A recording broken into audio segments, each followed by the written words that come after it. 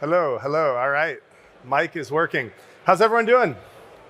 All right, if you're watching this remotely, I'll tell you it is hot in Singapore and there are a lot of people here for F1. It's exciting, and I'm excited to be here today. So, quick question to the audience. Who was following the market or working in Web3 back in 2018? Show of hands. Okay, we got a few people. So there was a lot of hype, a lot of talk about the promise of blockchain, but we only had about 10,000 daily active users using Ethereum every day, okay? It was primarily developers, people who were playing around, who were getting in, actually using protocols, and it was really hard to do, okay? So we've gotten to a point now where we have, on a good day, maybe 10 million users across every single blockchain. That'd be a huge day, all right? And I'm not counting people that are getting on exchanges and trading tokens. I'm talking about real utility of a blockchain. So I'm going to talk today about the path to 100 million, and then obviously we want to get beyond that to hundreds of millions and billions of users, but we've got to start somewhere, all right? So why aren't there 100 million daily active users today, okay? Well, the reality is that we've got an issue with user experience, economics, and shared security. And I speak, by the way, from a lot of experience here at Skale. Skale is a scalability blockchain. I'm the CEO and co-founder of Skale Labs, the core team behind the Skale network. About a year and a half ago, we had less than 1 million transactions on chain and less than $1 million in gas fees saved. Fast forward to now, we have over 150, or roughly 150 million on-chain transactions in that period of time, and almost $2 billion in gas fees saved. So we've come a long ways. And so I'm speaking today out of our learning lessons, and I think these are pieces that the industry needs to really engage with to move the ball forward. So why is this difficult? Well, the challenge is real. Security and user experience are diametrically opposed. To make something very secure, it also makes it more difficult to access, okay? If you want it to be really easy to access, well, it's going to be less secure naturally, okay? Then you throw in decentralization as a third pillar. It adds a new dynamic that's even more challenging, okay? So UX and security are at odds with each other.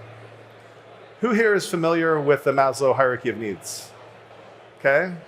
All right, for those of you not familiar, this is a very famous study and premise that you can't worry about your higher order needs, self-actualization, self-esteem, love, if you don't have food and shelter, okay? I would also argue that there is a blockchain hierarchy of needs, or Web3 hierarchy of needs. So I wrote a post about this a while ago. If you're interested, go check it out.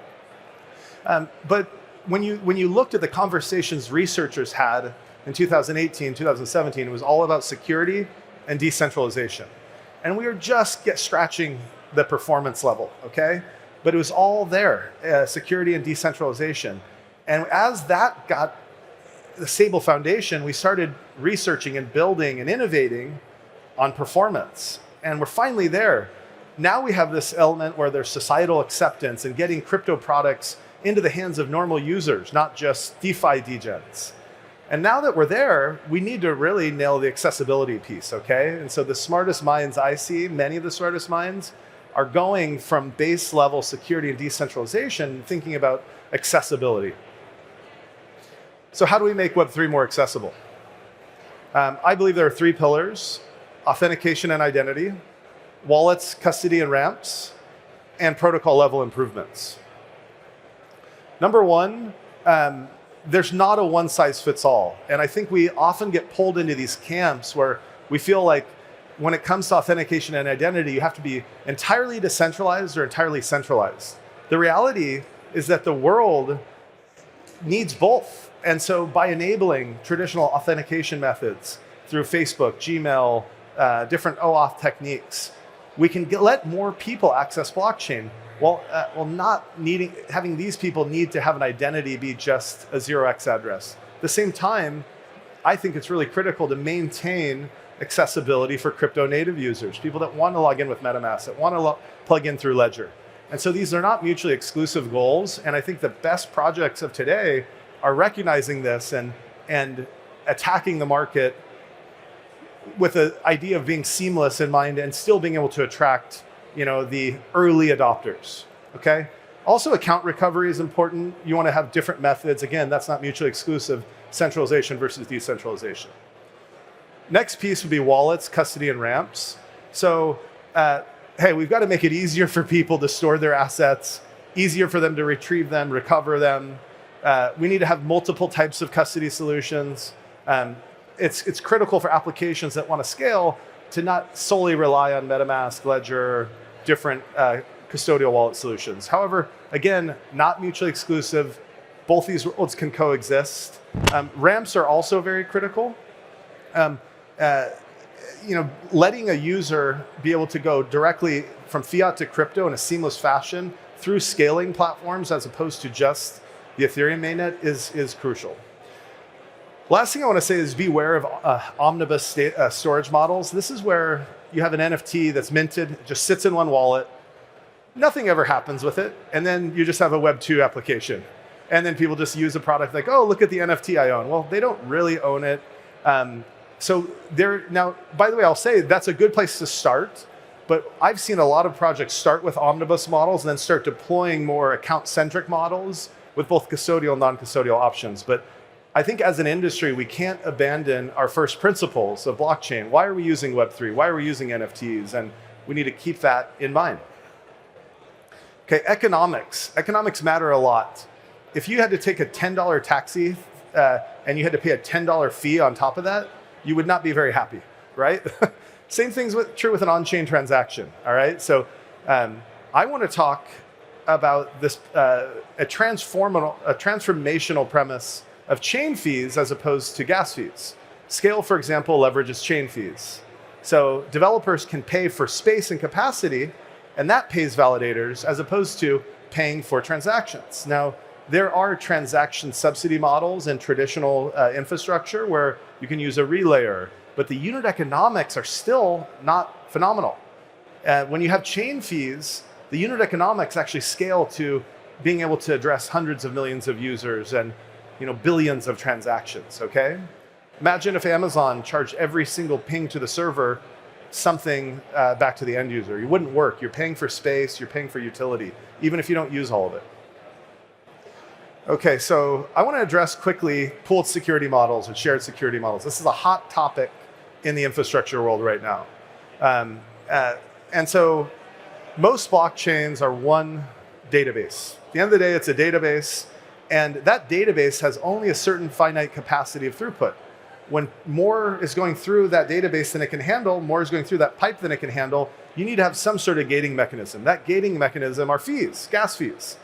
And so if you want to move to the front of the line, you can pay more. Well, imagine if you weren't capacity constrained. So in the world of Scale, as an example, there are many, many chains all working together. And Scale's built on Ethereum. And these numerous chains are able to increase capacity while being able to keep those surge fees lower or non-existent at the user level. Okay, so when you look at app chain models, this is another more advanced topic, but security, if you see the security in the layer 1 blockchain, there's one database, one set of validators or one set of miners, and one blockchain, okay? App chains often have many small app chains and many small security pools. What that means is the security is weaker if there's less participants in that section, all right? Now the goal is to have many of multi-chain models or modular models or app chain models, is to have many unique smaller chains, but one shared pooled security set, okay? So this is, for example, how Scale functions. Scale also shares security with Ethereum.